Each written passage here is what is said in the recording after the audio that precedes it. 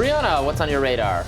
Well, Robbie, unfortunately, we're all too used to hearing government actors make excuses for their own incompetence, but it does seem like they're getting more and more absurd with the excuses they come up with. In the wake of the Silicon Valley bank run and bailout, the Wall Street Journal's own Andy Kessler, along with several conservative politicos like Ron DeSantis, attempted to blame wokeness for the bank's failure to anticipate the risks associated with holding large amounts of bonds during periods of high interest rates. But for most Americans of all political backgrounds, there really didn't seem to be much of a connection between the existence of, say, one black or gay person on the SVB board and the company's choice to go without a chief risk officer for most of last year.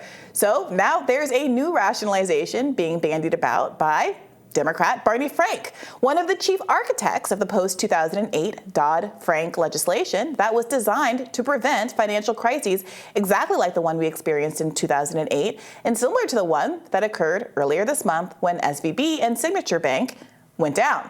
The argument that there wasn't really a problem with the banks, rather the government merely chose to shut SVB and Signature Bank down because they have it out for crypto.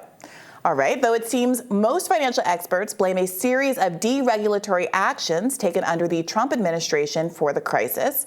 Deregulatory actions, by the way, which were supported by a number of Democrats. Barney Frank doesn't think his own legislation would have helped. In a series of interviews he's given since the banking crisis, he said that his own legislation that squarely would have required risk assessment for the very types of investments that tanked Signature Bank would not have changed the outcome. Quote, "I don't think that had any impact," he told Politico. He said his bank, Signature, was in, quote, "good shape," and that his bank was, quote, "an unfortunate victim of the panic that really goes back to FTX. If it hadn't been for FTX and the extreme nervousness about crypto, this wouldn't have happened," says Frank. But is that merely a cope, as the kids say?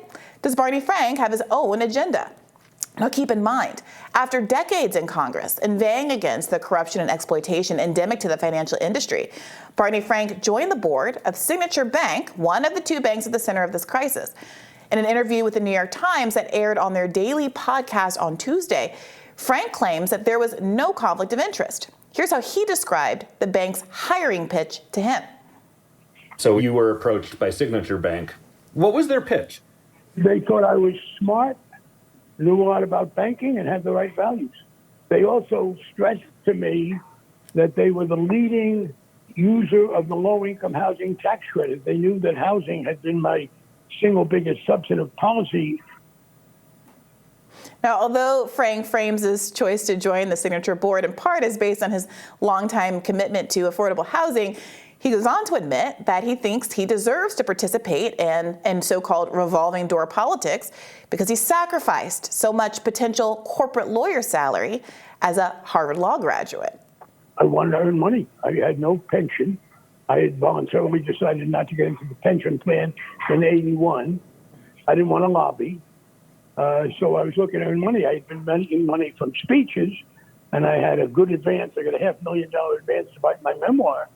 But I was planning to live for many more years, and I was looking for an ongoing source of income for about $325,000 a year, which I must say for, it sounds a little arrogant, but for an honors graduate of Harvard Law School, $325,000 a year is not an excessive salary. It would be refreshing if it weren't so galling, that honesty there. Frank earned over $2 million while serving on Signature's board for about 7 years. So it's worth interrogating the timeline to see how all of these incentives actually lined up with each other. After playing a key role in post-2008 bank regulation, Frank retired from Congress in 2012. He joined Signature's board in 2015. In those last years of the Obama administration, Republicans had begun to focus on dismantling Dodd-Frank, and Frank was brought before Congress to defend the legislation, which he did. But importantly, he also included in his commentary the following unsolicited opinion, that the $50 billion cutoff for bank regulation under Dodd-Frank was too low, and that as a consequence, it caught up too many small banks that, in Frank's view, presented no real risk to the financial system.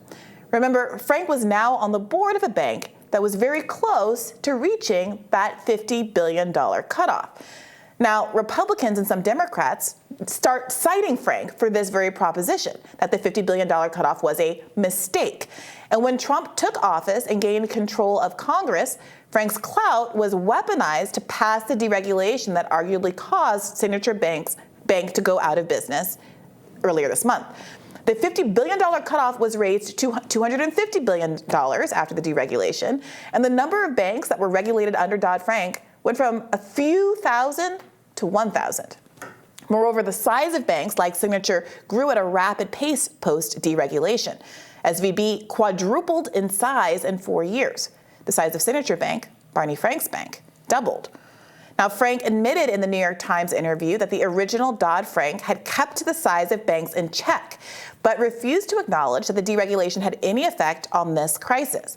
He wouldn't admit that liquidity requirements would have made a difference, or stress tests, or any of it. In fact, here's how he closed out the interview.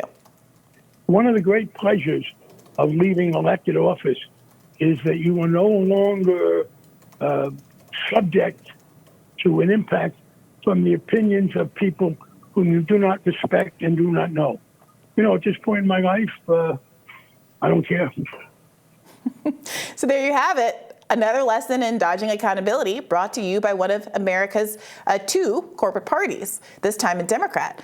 Luckily, there are important reforms being pressed by some politicians who aren't focused on what Barney Frank is calling a plot to bring down crypto or wokeness gone amok. Bernie Sanders wants to ban bank CEOs from serving on regional Fed boards due to the conflict of interest there. The SVB bank chief sat on San Francisco's Fed board.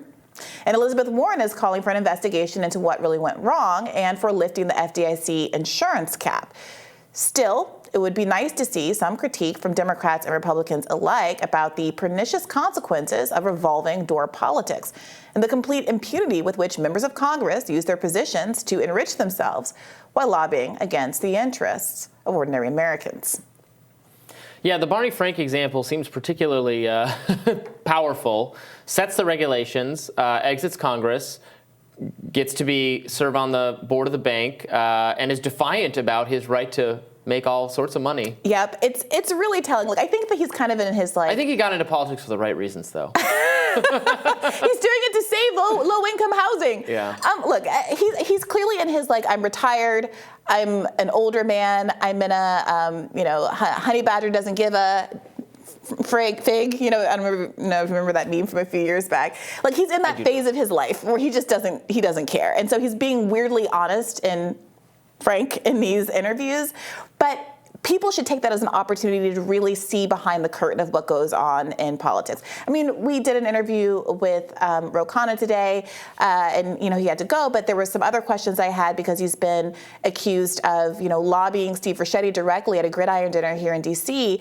for the Biden administration to step in and bail out the SVB banks. He's a representative from Silicon Valley.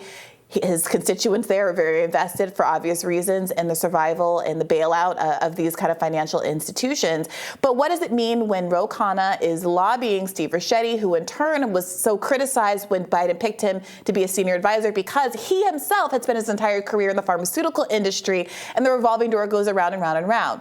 So, you can't get away from this kind of stuff. I just wish at some point when someone says something as honest and transparent as what Barney Frank said in this interview, there was some pushback. There was some critique from his former colleagues in Congress.